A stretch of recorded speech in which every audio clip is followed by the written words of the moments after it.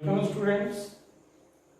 आज हम लोग some basic concepts of chemistry के वीडियो लेक्चर नंबर 3 में लॉज ऑफ केमिकल कॉम्बिनेशन के बारे में डिस्कस करेंगे।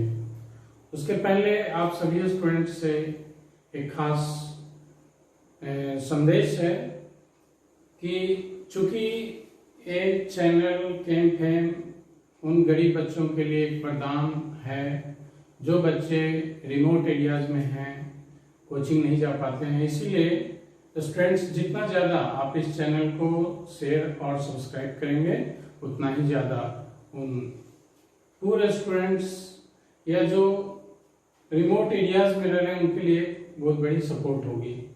तो चलिए अब हम आगे बढ़ते हैं। लॉज ऑफ केमिकल कॉम्बिनेशन ये क्यों है? To understand the basic nature और कंपोजिशन ऑफ मैटर के लिए लॉज ऑफ केमिकल कॉम्बिनेशन की आवश्यकता पड़ती है। तो फर्स्ट है law of conservation of mass.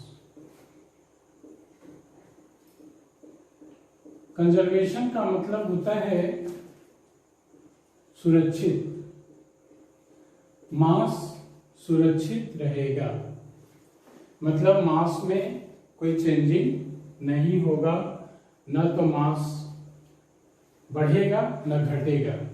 तो during a chemical reaction matter is neither created not destroyed. अगर रिएक्टेंट पूरी तरह से प्रोडक्ट में कन्वर्ट हो जाता है तो mass of the reactants is equal to the mass of the products. कभी कभी ऐसा होता है कि रिएक्शन में मास ऑफ रिएक्टेंट और मास ऑफ प्रोडक्ट में थोड़ा डिफर हो जाता है। ऐसा इसलिए होता है कि एक्सपेरिमेंटल एरर के कारण। तो इसीलिए हम इसे लिखेंगे the total mass of the system remains constant. तो during a chemical reaction, during a chemical reaction total mass of system remains constant। जैसे मान लीजिए अगर कोई एग्जांपल लेते हैं H2 plus Cl2 then 2HCl, तो जितना मास H2 plus Cl2 का है जोड़ करके उतना ही मास HCl का होगा। ये ऑब्वियस है। नाउ नेक्स्ट है लॉ ऑफ डिफिनिट प्रोपोर्शन या कांस्टेंट कंपोजिशन। किसी भी कंपाउंड में एलिमेंट सेम प्रोपोर्शन में होता है, फिक्स्ड प्रोपोर्शन बाय वेट होता है। तो सबसे पहले सेम लिखते हैं in a chemical compound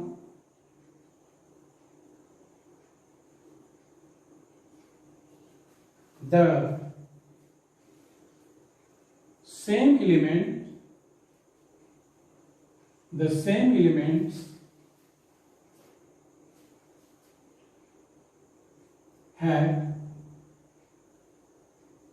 elements combined together in a fixed proportion by weight। चाहे वो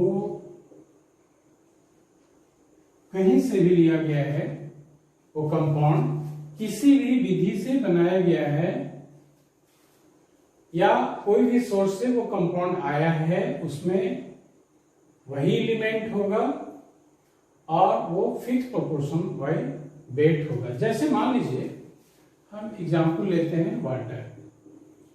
वाटर आप कहीं का ले लीजिए, समुद्र का, नदी का, तालाब का, झील का, कुआं का, टैप वाटर, रेन वाटर, कहीं का भी लेते हैं, उसमें हाइड्रोजन और ऑक्सीजन ही होगा, सेम एलिमेंट्स होगा, और वो कंबाइन करेगा in a fixed proportion by weight, उसका बाय मास फिक्स प्रोपोर्शन होगा। देखिए कैसे, यहाँ पे हाइड्रोजन और ऑक्सीजन दो एलिमेंट कंबाइन किया है, इसका मास हाइड्रोजन यहाँ पे 2 है तो 1 into 2 हो गया मास, ऑक्सीजन 16 है तो equal to 2 is to 16, that is equal to 1 is to 8। Means water में हाइड्रोजन और ऑक्सीजन का मास 1 is to 8 का होता है। तो नाउ द नेक्स्ट रूल है the law of multiple proportion. Law of multiple proportion बोलता है कि जब कोई दो एलिमेंट कंबाइन करके दो या दो से अधिक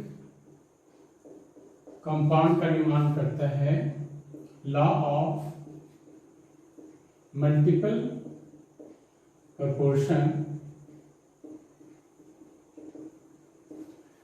पहले हम लोग लॉ लिख लेते हैं। When two elements combine together,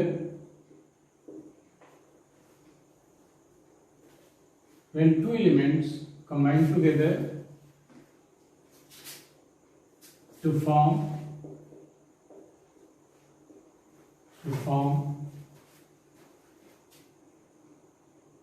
several compounds, then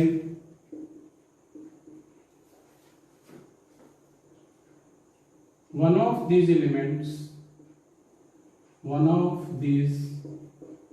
elements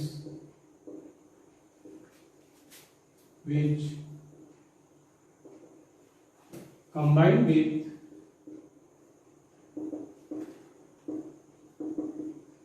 fixed mass of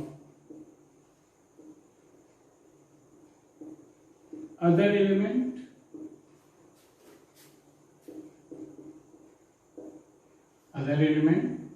bears a simple whole number ratio।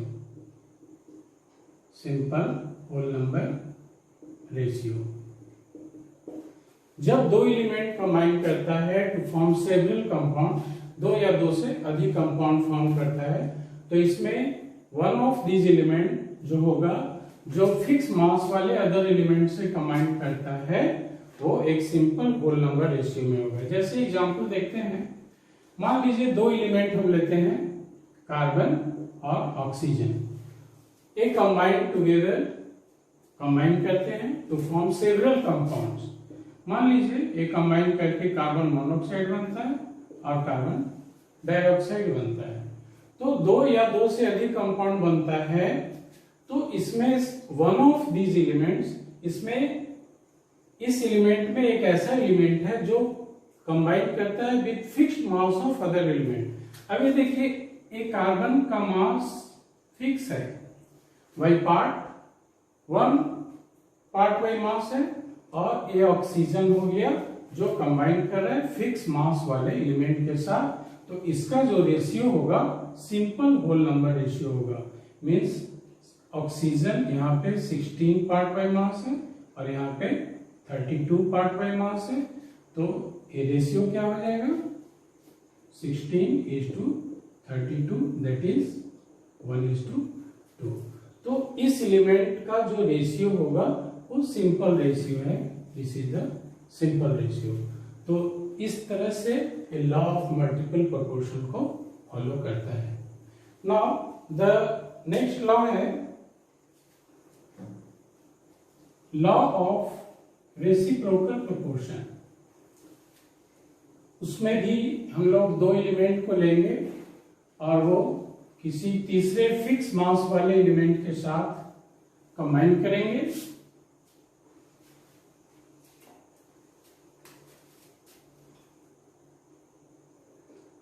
Law of reciprocal proportion.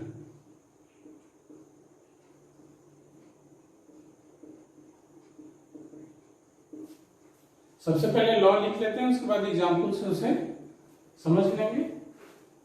If two elements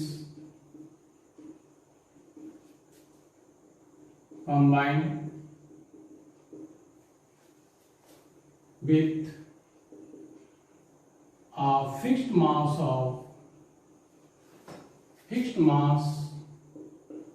of third element या other element, third element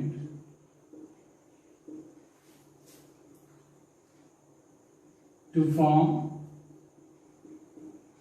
two compounds, ये दो compound बनाएंगे, to form two compounds, then these two elements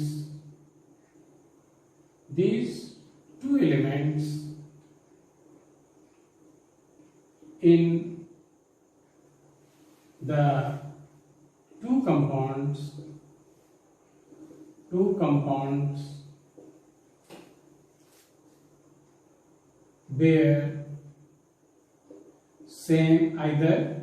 bear either same or simple whole number ratio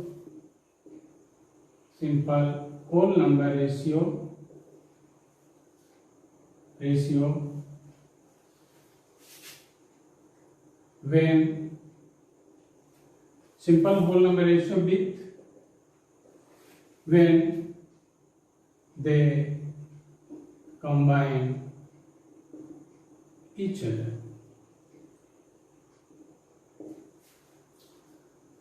इसे example से देखते हैं। For example triangle बनाते हैं, फिक्स मास का एक एलिमेंट लेते हैं, दो एलिमेंट हमने लिया, एक कार्बन एक oxygen, two elements combine with a fixed mass of third element, इसको हमने फिक्स कर दिया। और to form two compounds, carbon hydrogen मिल करके मान लीजिए CH4 बनाता है और हाइड्रोजन ऑक्सीजन मिल करके H2O बनाता है।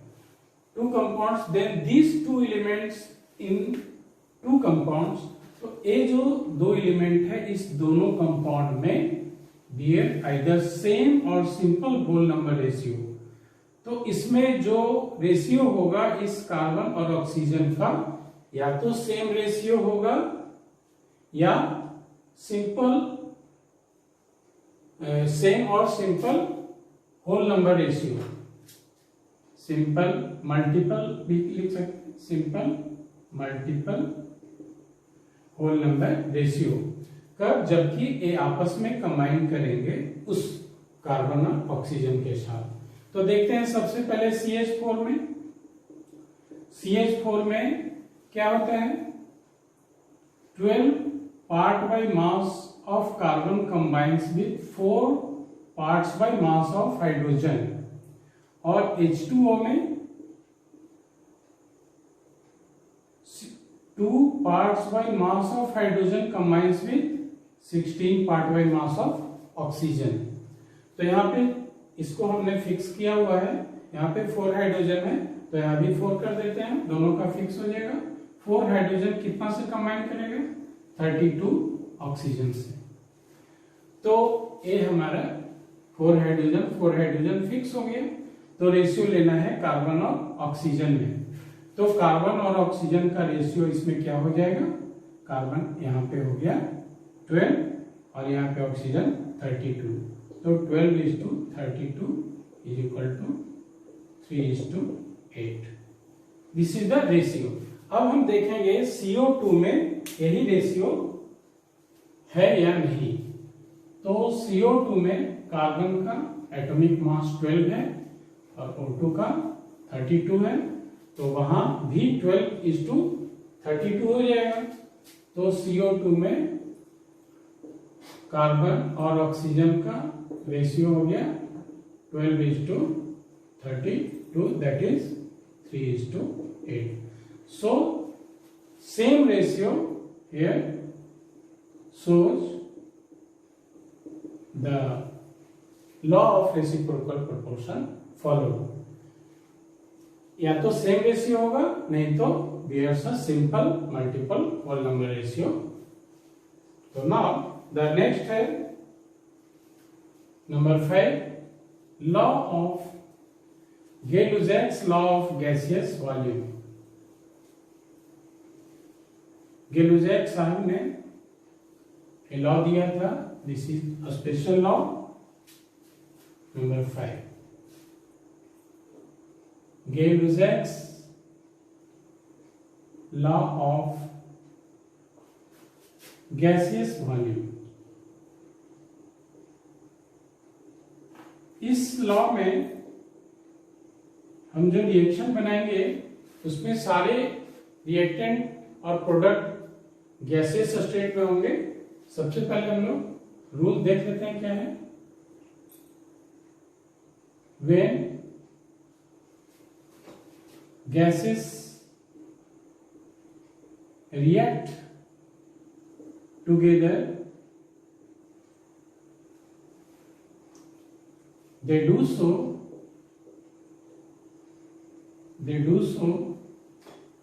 in volume and also with products when they are in gaseous state. Gaseous state provided, एक ध्यान देना है कि under similar conditions of pressure and temperature होगा. Provided under similar conditions of temperature, similar conditions of temperature and pressure. तो जैसे हम एक एग्जांपल लेते हैं, हाइड्रोजन गैस है, Cl2 गैस है, ये आपस में कंबाइन किया 2HCl गैसियस स्टेट में बनाता है. तो रूल कहता है जब कोई गैसेस आपस में रिएक्ट करता है, यहाँ पे देखिए ये गैस है, ये गैस आपस में रिएक्ट करता है, तो they do so in volume. Volume के टर्म में ये आपस में रिएक्ट करते हैं. तो यहाँ पे कोएफिशिएंट 1 है, यहाँ भी 1 है. 1 वॉल्यूम के रिस्पेक्ट में ये रिएक्ट करते हैं. और also विथ प्रोडक्ट्स, प्रोडक्ट के साथ भी ऐसा करते हैं. कब? जबकि ये भी प्रोडक्ट गैसियस स्टेट में होता है. और ऐसा कब होता है? जब similar condition of temperature and pressure होता है. तो इस तरह से यहाँ पे एक सिंपल रेशियो में रिएक्ट करते हैं when they are in gaseous state.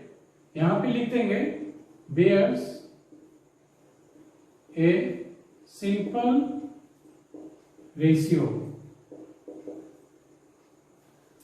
A simple ratio में ये आपस में रिएक्ट कर रहे हैं. तो 1:1:2, this is the simple ratio. तो ये शो करता है Gay-Lussac's law of gases volume